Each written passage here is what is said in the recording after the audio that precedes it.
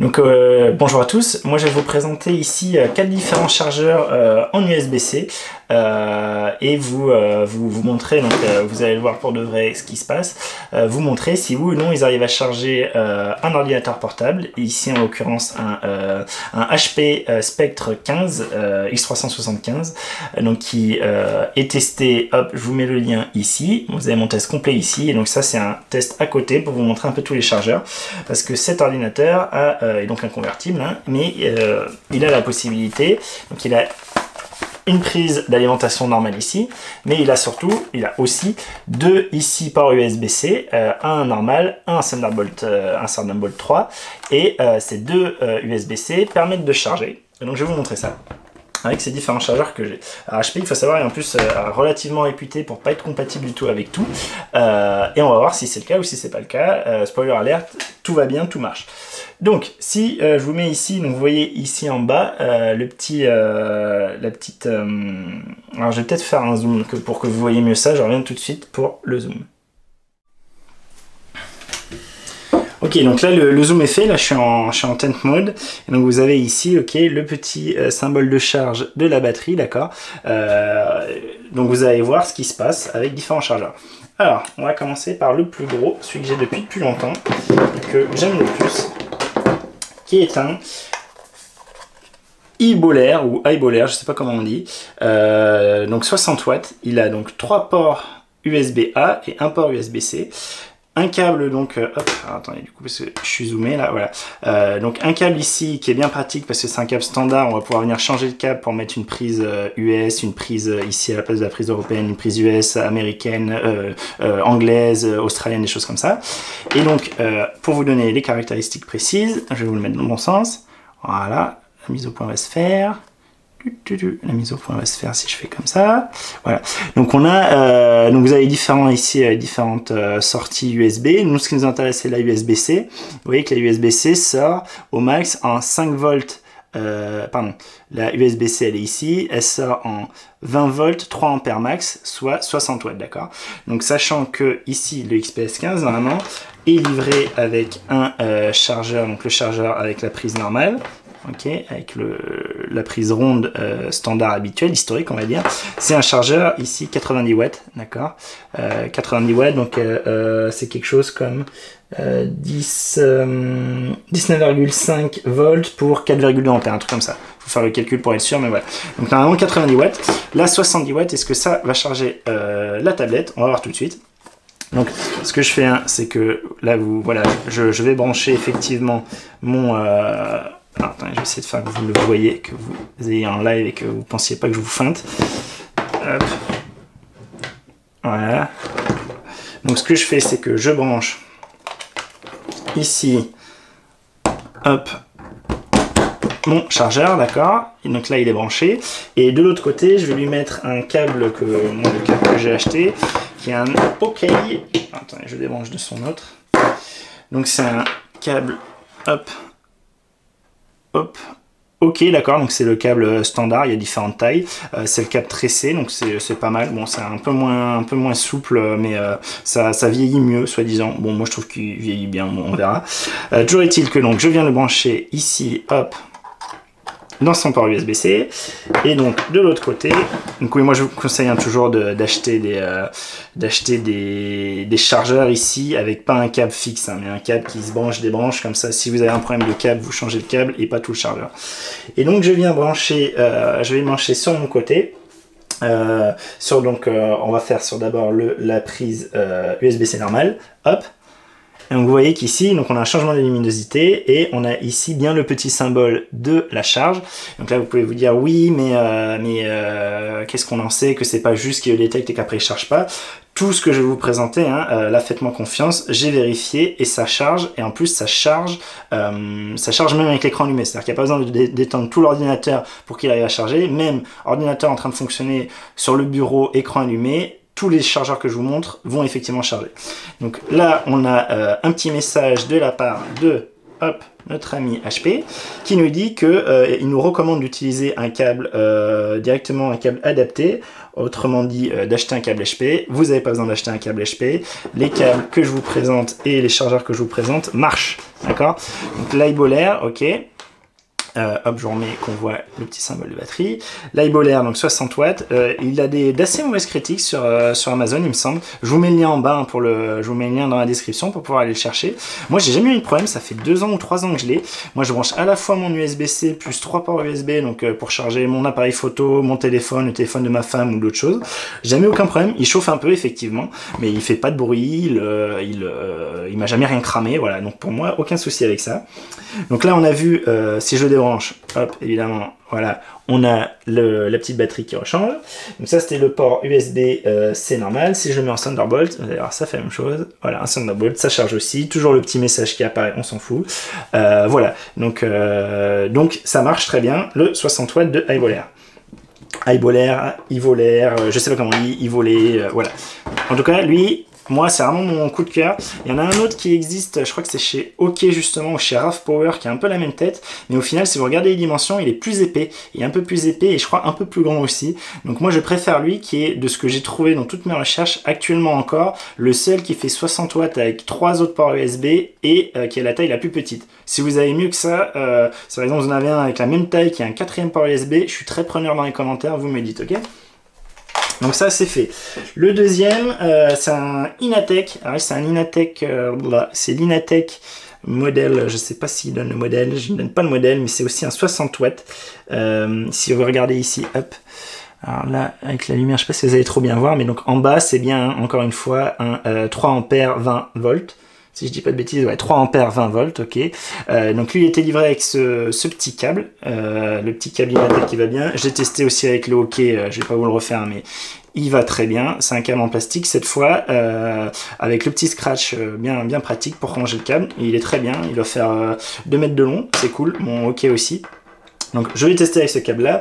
Le gros inconvénient de cet Inateck ici, c'est qu'il a qu'un port USB-C.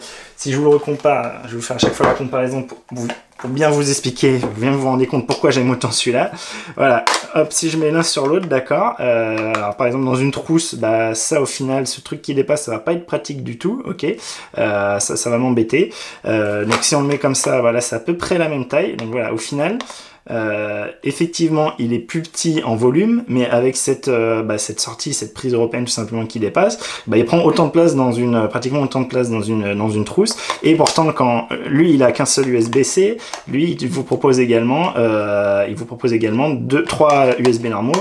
Et comme vous le voyez, si j'ai mes côte à côte, l'Inateck, alors je sais pas si ça va bien se voir à la vidéo, mais l'Inateck est un peu plus épais, d'accord. Si je les aligne.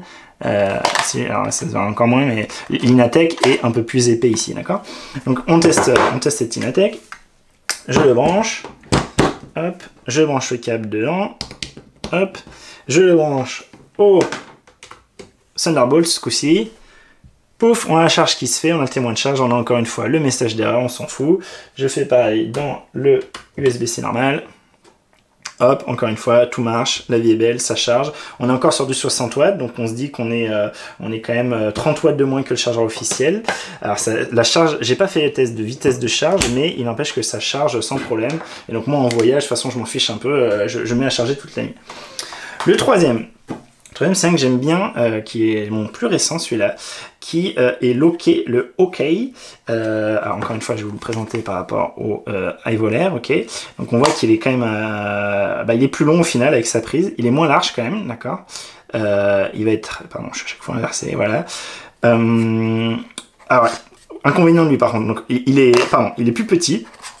Il est, je pense, moins épais, il est un tout petit peu moins épais, avec des bords arrondis, et lui, contrairement à l'Inateck, il présente un USB-C avec un USB normal, et il monte à seulement, je le dis moi de mon côté, il monte seulement à donc, 16 volts 3 ampères, donc si je dis pas de bêtises, 48 watts, donc vous l'avez là, tout en bas, 16 volts 3 ampères, d'accord. De toute façon, je vous mets pareil encore une fois le lien Amazon dans la description.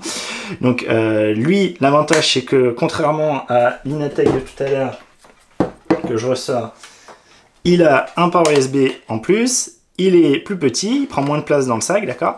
Par contre, ce que je vous ai pas dit sur l'Inatech, son gros avantage, c'est que ici, cette prise-là s'enlève, d'accord. On a un petit bouton push, ok, hop, que vous devez voir là.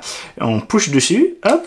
Et en fait, ça s'enlève et du coup, au lieu d'avoir la prise européenne, on peut venir placer une prise US, une prise australienne, une prise anglaise, qui sont fournies. Oui, je crois bien qu'elles étaient fournies. Elles sont fournies avec, à vérifier dans la description Amazon, mais pour moi, elles sont fournies, donc ce qui fait que on a juste besoin de prendre l'adaptateur qui va bien, on le met directement avant de partir, quand on part de France pour par exemple l'Australie, et on a déjà un truc tout en un, all-in-one. Là, le problème, c'est qu'ici, hop, c'est fixé, hein, pas moyen de changer, donc il vous faudra une prise, il vous faudra un adaptateur, prise où vous allez, prise européenne, ok. Donc lui, donc je disais 48 watts. Donc 48 watts, normalement, il va avoir plus, on commence à être pratiquement à la moitié de ce que propose le chargeur officiel, d'accord. Donc 90 watts, ça serait 45 watts la moitié. Je le branche, encore une fois, d'accord. Je viens mettre, on va remettre le hockey, là, ce qu'il est sous la main. Je remets le hockey. Je viens le brancher, hop, en haut dans l'USB-C. Hop, comme ça, vous voyez. Je viens brancher l'autre côté, hop, dans le Thunderbolt. Hop. Pardon, ça a glissé, en appuyant, voilà. On voit qu'encore une fois, ça charge, on a encore le message d'erreur, pas de souci. Si je fais dans l'autre, hop, c'est toujours juste pour la routine pour vous montrer. De la même façon, ça charge, pas de souci, ok. Donc même avec 48 watts, on charge, et là où c'est la folie. Donc voilà, là on était sur le OK. Et maintenant, le tout dernier, le troisième. Donc le troisième, c'est un RAV Power. RAV Power que j'aime beaucoup cette marque pour leur batterie externe. Si ça vous intéresse, je vous ferai, vous me dites dans les commentaires, je vous ferai un test dessus.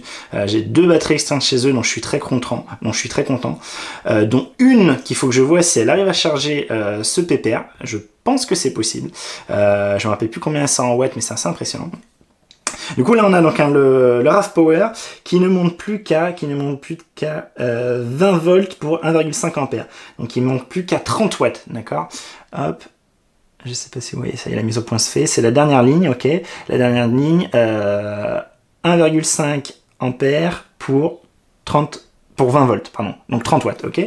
Lui, encore une fois, comme le RAV Power avant, hein, comme le hockey avant, ce RAV Power, il est fixe, c'est-à-dire qu'il faut que vous ayez un adaptateur pour pouvoir le brancher, il ne sera pas adapté directement. Et lui, par contre, bon, il est beaucoup plus petit, vous voyez, hop, si on compare comme ça, hop, il est peut-être un peu plus épais, ouais, il est un peu plus épais quand même. Il est un poil plus épais que le hockey. Par contre, il est beaucoup plus petit et il n'a du coup qu'un port USB-C. D'accord. Il est voilà, on a une différence de taille quand même assez conséquente.